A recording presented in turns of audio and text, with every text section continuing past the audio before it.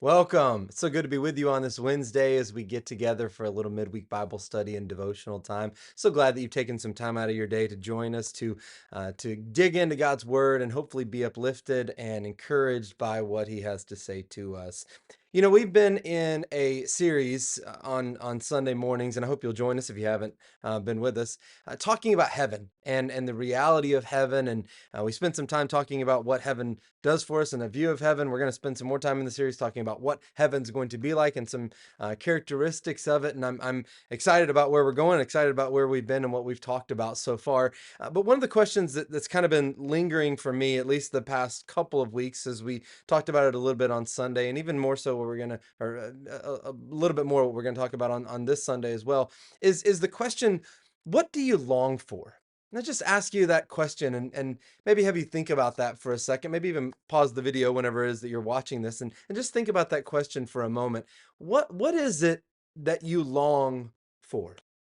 Now, in one sense, we could probably answer that question with some very immediate and surface level desires and wants in mind, right? And to be honest, a lot of times it's easy to get stuck in those type of longings and desires. Not that they're bad; they're kind of more immediate and selfish and just kind of surface level. For instance, if I'm hungry, I might long for a nice burger or steak, right? If I'm thirsty, I might be longing for a nice ice cold drink. If I'm cold, I might warm or long for a nice warm blanket and maybe a nice fire to snuggle up in front of. If I live in Michigan and it's wintertime, I might be longing for a nice beach somewhere, right? If I'm a Lions fan, I'm probably wishing that last Sunday would have gone very, very differently than it did go, and any number of things that go along with those longings and desires. Then there are other things that maybe that we long for that are a little more serious and pressing in nature.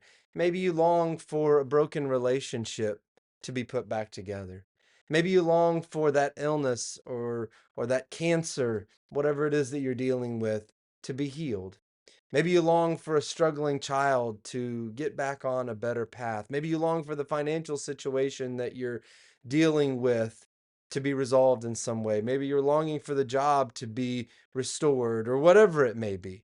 The list goes on and on of those things that we long for and desire for. Of course, no matter how serious or pressing or the first ones I mentioned more surface level and selfish and immediate, all of those longings that I just listed out, right? No matter where they fall on the scale, are all rooted in this world and in the things that we're facing and dealing with in this world. And listen, that's not to make light of what we may be going through or what we're dealing with or what we're longing for in the midst of those things. It's just the reality that those things have to do with the things of this world. That's why I'm so convicted. And I fall victim to those things. Those are usually my longings, right? That's why I'm so convicted of the Apostle Paul's words in Philippians chapter 1, when he says in verses 21 through 24, for to me, this is Paul speaking, for to me, living means living for Christ, and dying, well, that's even better. Now, if I live, I can do more fruitful work for Christ, Paul says. So I really don't know which is better. I'm torn between two desires, but I long, my highest goal is to go and be with Christ. That's my highest longing, which would be far better for me, he says.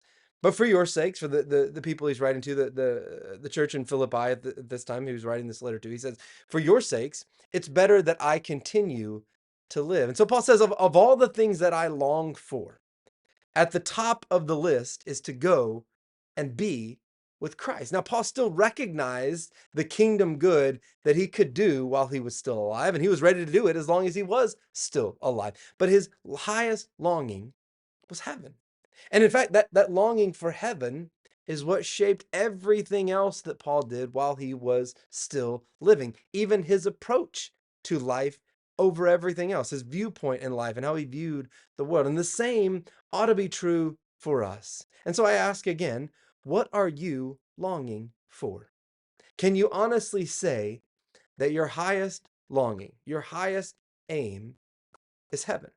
And listen, it doesn't mean that we can't long for other things. In fact, in many ways, as I just described with Paul, our longing for heaven is what makes us long for a little bit more of heaven on this earth while we're still alive. It makes us long for things to be made right in a world gone wrong, and for us to enter into that, right? Jesus teaches us to pray, "Your kingdom come, your will be done on earth as it is in heaven," and that's not just a petition. That's not just us asking God to do that, right? It's ourselves offering to God, "I want to be a part and join you in that work," and our longing for heaven helps to shape our longing for that to be a present reality on this earth. But it starts with us longing for heaven.